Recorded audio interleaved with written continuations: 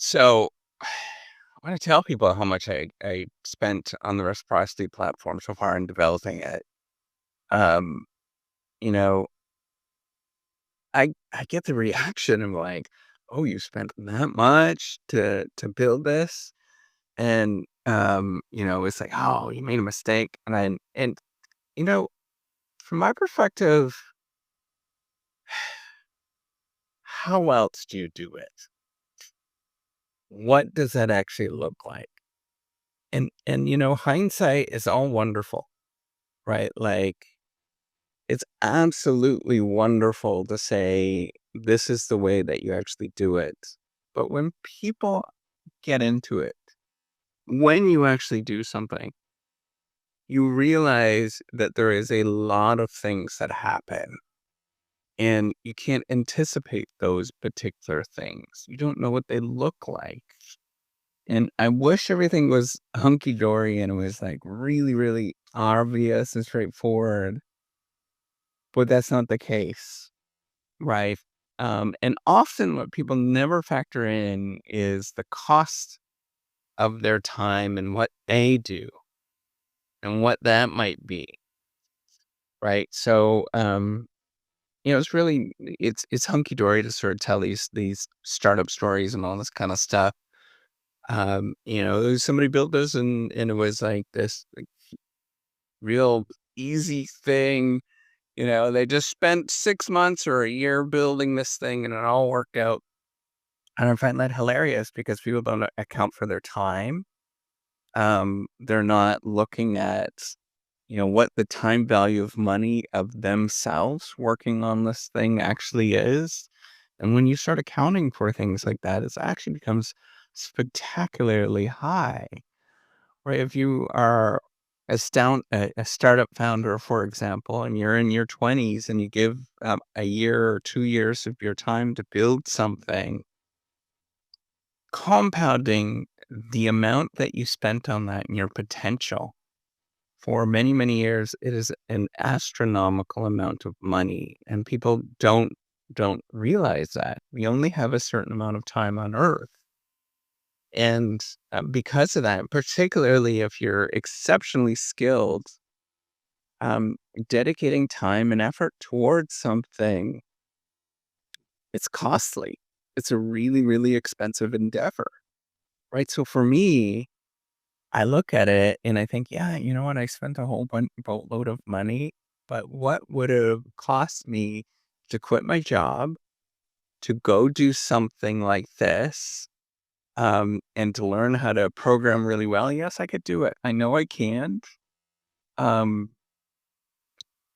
but I would make a lot of mistakes along the way, and it would probably cost me a heck of a lot more. Now,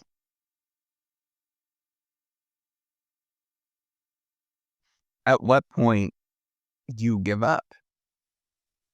And you never know. That's the issue. Is that there's a lot of things that could happen. And it could be you're doing everything all right and you just weren't at the right place in the right time. Or, it's very obvious sometimes it's just a little design tweak for things to work. And then it works. This is the nature of research. This is very much what happens. 'Cause I wish that there was, people you struggle at something, you write, you think it's very akin to doing research. If you were to look at, was it worth it to write a research paper? Almost always you would say, no, it was a stupid idea, right? It was far too expensive for your time to dedicate to it. It was a total waste of resources and you shouldn't have done it. But in 20 or 30 years, maybe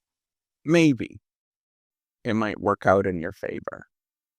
And you never know what that actually is. Right? It could be that you spend all this time on a paper, like a god awful amount of time on a paper, and nothing happens with it in 20 or 30 years. Nobody pays attention to it. People think it's stupid.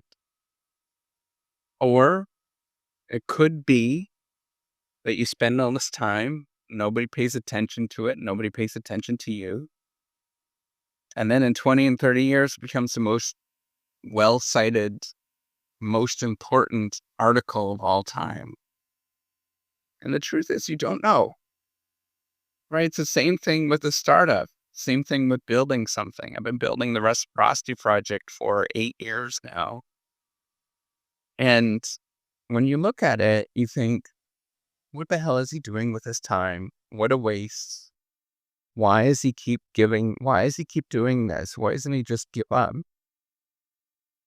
And the truth is I don't know. I don't know when it will actually turn the corner and something will happen.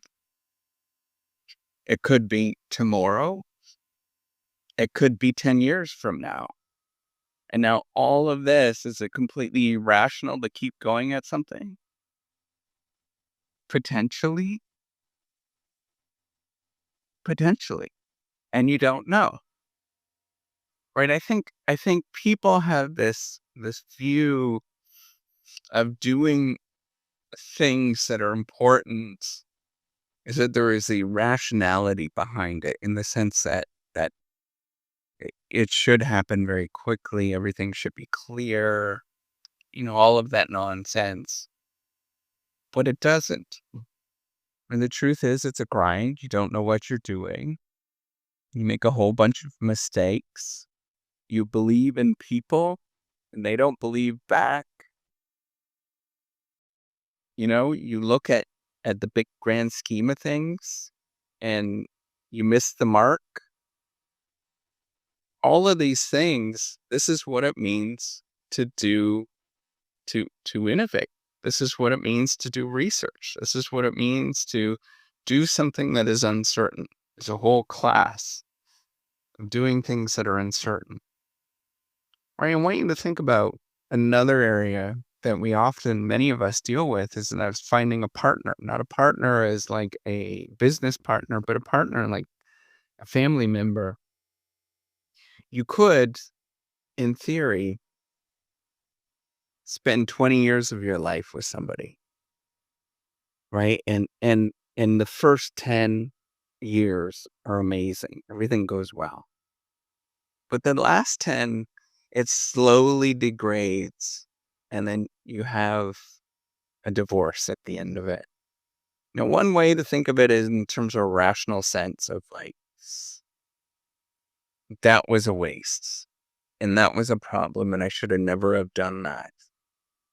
Another way to look at it is that you're learning, you're evolving. Everybody is learning about who they are. You never know what the right thing is. And you just grow apart. And there's no rationality behind it. And it was expensive. Like, divorces are the most expensive thing you'll ever go through in your whole life. And they make no financial rational sense at all. But you do them because in the future things are going to be better. And I think that's what you often have to go by, is that there's no clear answer. Nobody's going to jump up and down and say that this is the way that you should do it. You're going to spend a god-awful amount of resources, and people are going to think that you're stupid. You are going to think that you're stupid. You're going to doubt yourself along the way a lot, repeatedly. And nobody's going to believe in you until they do. And I think that's the takeaway with this, is that if you're doing anything in this sort of broad class of uncertainty or ambiguity where you just don't know, and you're spending god-awful amounts of resources and time and effort, and you think that you're insane, I can't tell you whether you're actually doing the right thing or not. I can tell you that you should take a step back and realize, first of all, you don't know. And then secondly, I want you to just say, you're doing good. Whatever it is at this moment, you're doing the right thing for you. and there's never going to be a clear answer. But take a step back, realize that you're a wonderful person, and take that step today. Take care and have a wonderful day.